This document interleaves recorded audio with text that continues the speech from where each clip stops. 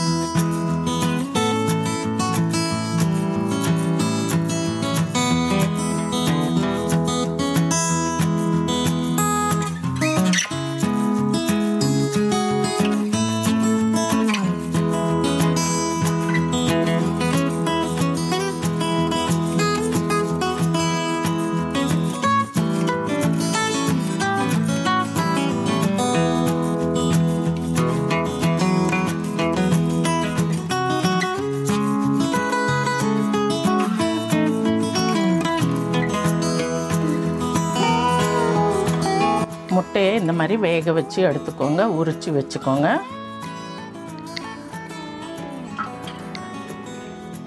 முட்டையை வேக வச்சு நான் ஜில்லுன்னு ஆகிறதுக்காக பச்சை தண்ணியில் போட்டிருக்கேங்க, டேப் வாட்டரில். அது கூல் ஆனவுடனே ஓடை பிரிச்சுட்டு நம்ம எடுத்து ரெண்டு ரெண்டாக கட் பண்ணி வச்சுக்கலாம்.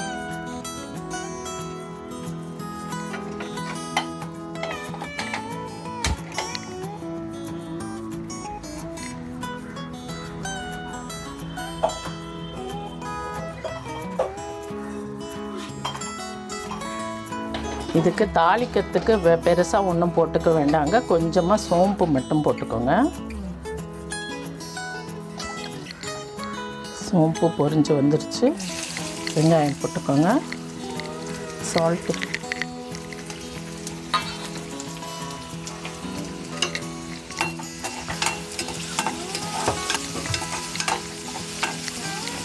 வெங்காயம் அரை பாகம் வெந்தால் போதும். இதுக்கு நிறைய வேக வேண்டாம்.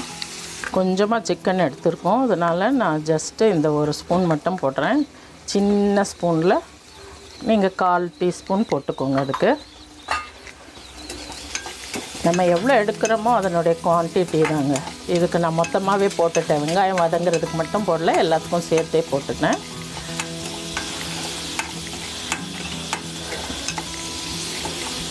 இப்போ இந்த ஸ்டேஜில் இஞ்சி பூண்டு போட்டு கொஞ்சம் நல்லா வதக்கிக்கலாம். இஞ்சி பூண்டு வாசனை போகிற வரைக்கும் கொஞ்சம் வதக்கிக்கோங்க. ஸ்டஃப் பண்ணுறதுக்காக மசாலா தான் இது. சாப்பிடும்போது சிக்கனும் அந்த எக்கும் சேர்ந்தாக்கா ரொம்ப நல்லா இருக்குங்க, டேஸ்டியாக. ஒரு ஐட்டம்லாம் செஞ்சு பார்த்துட்டு இருக்கிறீங்களா? இந்த ஸ்டேஜில் சிக்கனை போட்டுக்கோங்க, மிக்ஸ் பண்ணி வச்சுருக்க சிக்கனை போட்டுக்கோங்க.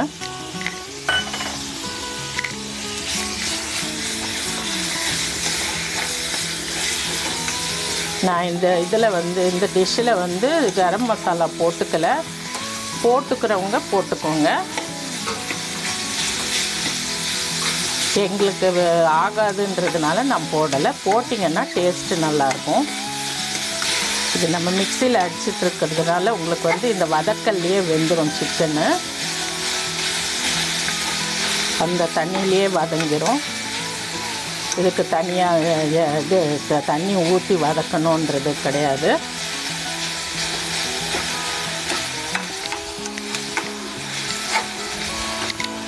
ஸ்டேஜில் தக்காளி போட்டுக்கலாம்.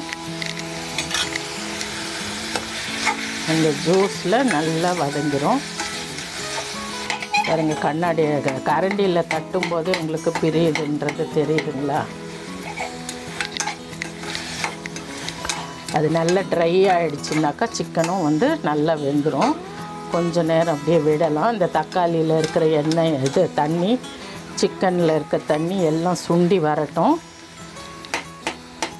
இப்போது 1 ஸ்பூனு ஜீரகப்பொடி போட்டுக்கிறேன். 1/2 ஸ்பூன் நீங்கள் போடுறது உங்கள் ஸ்பூனில் 1/2 டீஸ்பூன் போட்டுக்கோங்க. காரத்துக்கு மிளகாத்தூள்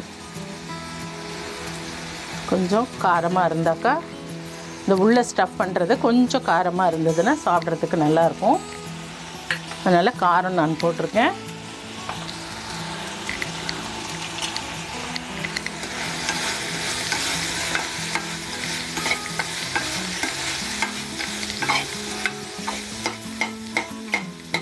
கடையிலே கூட மிக்ஸ் பண்ணி வாங்குறதா இப்போ நிறைய நீங்கன்னாக்கா கடையிலே மிக்ஸ் பண்ணி கேட்டிங்கன்னா கூட அவங்களே வந்து கொத்துக்கறி மாதிரி சிக்கனையும் போட்டு கொடுத்துருவாங்க.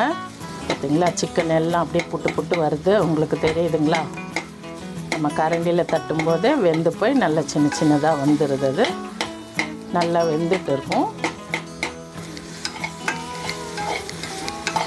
அவ்வளோதாங்க. இது கொஞ்சம் மசாலா போகிற வரைக்கும் வதக்கிட்டு எடுத்துடலாம்.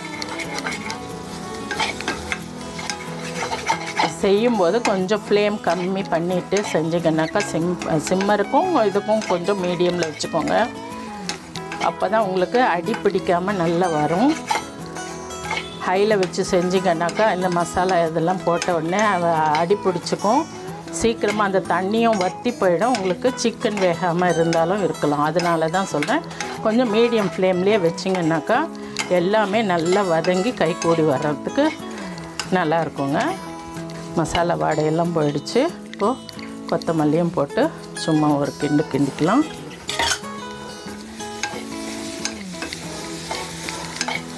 அவ்வளோதாங்க.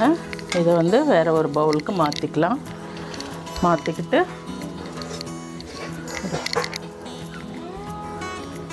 சின்னதாக கடாய் வச்சு எண்ணெய் ஊற்றிக்கலாங்க.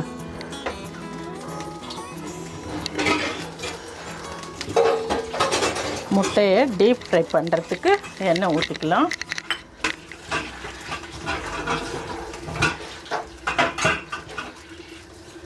அதுக்குள்ளே இதுக்கான பேட்டர் ரெடி பண்ணிக்கலாங்க. மைதா மாவும் அரிசி மாவும் கொஞ்சம் உப்பு போட்டு கொஞ்சம் இது பஜ்ஜிக்கு நம்ம கலந்துக்கிறோம் இல்லைங்களா, அந்த மாதிரி கொஞ்சம் கலந்துக்கலாம். அது கோட்டிங்காக தான், முட்டையோட கோட்டிங்காக பண்ணிக்கிறேங்க.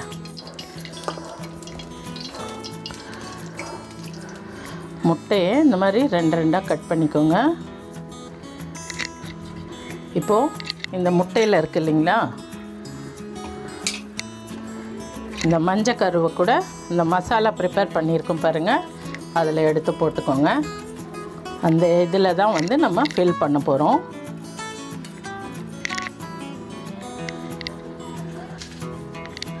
பாருங்கள், அந்த முட்டையும் போட்டு அதனோட நல்லா மிக்ஸ் பண்ணிக்கோங்க. கொஞ்சம் சூடாக இருக்குது.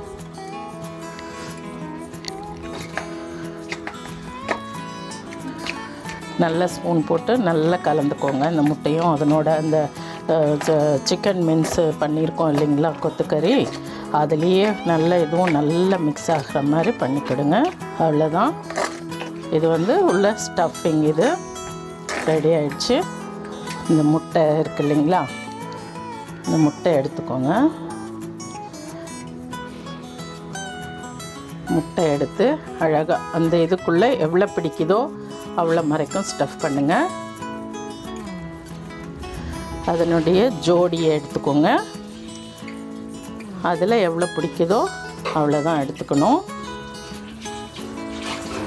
எடுத்துக்கிட்டு இன்னும் நம்ம இப்படி க்ளோஸ் பண்ணும்போது ரொம்ப ஓவராக வச்சிங்கனாக்கா அது வெளியில் வந்துடக்கூடாது பாருங்கள். அதனால தான் கரெக்டாக ஸ்டஃப் பண்ணிக்கோங்க. பாருங்கள், நல்லா கரெக்டாக ஈவனாக இந்த மாதிரி ப்ரெஸ் பண்ணிக்கோங்க. ப்ரெஸ் பண்ணிக்கிட்டு இந்த முட்டை இது பண்ணியிருக்கோம், பேட்டர் பண்ணியிருக்கோம் இல்லையா, அதில் போட்டு டிப் பண்ணுங்கள். ப்ரெட் க்ரம்ஸில் ஒரு இது பண்ணிக்கோங்க.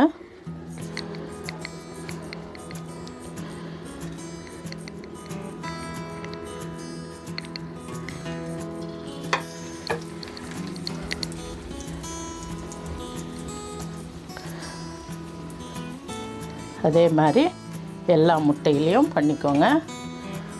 எல்லோ இது வந்து நிறையவும் போட வேண்டாங்க இந்த மசாலாவுக்கு. நான் வந்து ஒரு 3 முட்டை தான் போட்டிருக்கேன் பார்த்தீங்களா, அதுவே போதும். ரொம்ப போட்டிங்கன்னா அப்புறம் அந்த சிக்கன் டேஸ்ட் கிடைக்காம போயிடும். கொஞ்சம் மீடியம் ஃப்ளேம்லேயே தான் வச்சுருக்கேன் நான், ஹை ஃப்ளேமுக்கு வரல. அப்போ தான் உங்களுக்கு எல்லாமே நல்ல இதுவாகும். நல்ல கோல்டன் ஃப்ரை ஆகிற வரைக்கும் ஃப்ரை பண்ணுங்கள். குட்டி குட்டி பசங்களுக்கெல்லாம் வந்து இந்த மாதிரி எக்கு வந்து சும்மாவே சாப்பிட்றதுக்கு இந்த மாதிரி செஞ்சு கொடுத்தீங்கன்னாக்கா ரொம்ப நல்லா சாப்பிடுவாங்க விரும்பி. சிக்கனும் போகும், முட்டையும் லைக் பண்ணி சாப்பிடுவாங்க. வெறும் முட்டை பிளாண்டாக இருக்கிறத சாப்பிட்றத விட இந்த மாதிரி செஞ்சு ஈவினிங்ஸில் கொடுங்க. பசங்க வர்றதுக்குள்ளே எல்லாம் ரெடி பண்ணி வச்சுக்கோங்க. அவங்க வந்த பிறகு ஜஸ்ட்டு டிப் பண்ணிவிட்டு அப்படி ஃப்ரை பண்ணி கொடுத்தீங்கன்னாக்கா யம்மின்னு சொல்லிட்டு சொல்லுவாங்க உங்கள் பசங்க. இந்த அளவுக்கு கோல்டன் ஃப்ரை ஆகட்டும். நல்லா ரெடி ஆயிடுச்சிங்களா. நிறைய மாவும் கோட் ஆகாமல் உங்களுக்கு எக்கு கொஞ்சம் இதுவாக வெளியில் கொஞ்சமாக கிறிஸ்பியாக செஞ்சுருக்கேன்.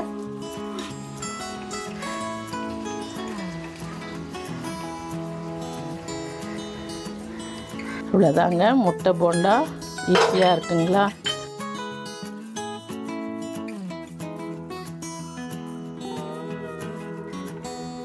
சூப்பரான முட்டை போண்டா ரெடி ஆகிடுச்சி. எல்லோரும் வேறு வேறு மாதிரி முட்டை செய்வாங்க. நான் ஒரு டிஃப்ரெண்ட்டாக ஒரு இது செஞ்சு உங்களுக்கு நாங்கள் டேஸ்ட் பண்ணியிருக்கோம். ரொம்ப நல்லா இருக்குது. அதனால் உங்களுக்கும் கற்றுக் கொடுக்கணுன்றதுனால நான் இதை செஞ்சுருக்கேன். நீங்களும் ஈஸியாக செஞ்சு பார்த்து சாப்பிடுங்க. எப்படி இருக்குன்னு சொல்லுங்கள். இதை கட் பண்ணி காட்டுறேன். எவ்வளோ அழகாக இருக்குன்றதும் உங்களுக்கு தெரியும், டேஸ்டியாக இருக்கிறதும் தெரியும். பாருங்கள், அந்த பிரெட் க்ரம்ஸ் எல்லாம் போட்டிருக்கிறதுனால வெளியில் நல்ல கிறிஸ்பாக இருக்கும், உள்ள முட்டை வந்து சாஃப்டாக இருக்கும். அதை விட அதனுடைய ஸ்டஃப்பு சிக்கன் ஸ்டஃப் வந்து சாஃப்டாக இருக்கும். அது வந்து வித்தியாசமாக இருக்கும். உங்களுக்கு முட்டைக்குள்ளே சிக்கன் ஸ்டஃப்ன்றது ஒரு வித்தியாசமான டேஸ்டியாக இருக்கும். சாப்பிடுங்க. பாருங்கள், கட் பண்ணுறேன். கிறிஸ்பியாக இருக்கிறதுனால உங்களுக்கு பார்த்தீங்களா உள்ளுக்குள்ளே அந்த ஸ்டஃப்பு அப்படியே இருக்குது.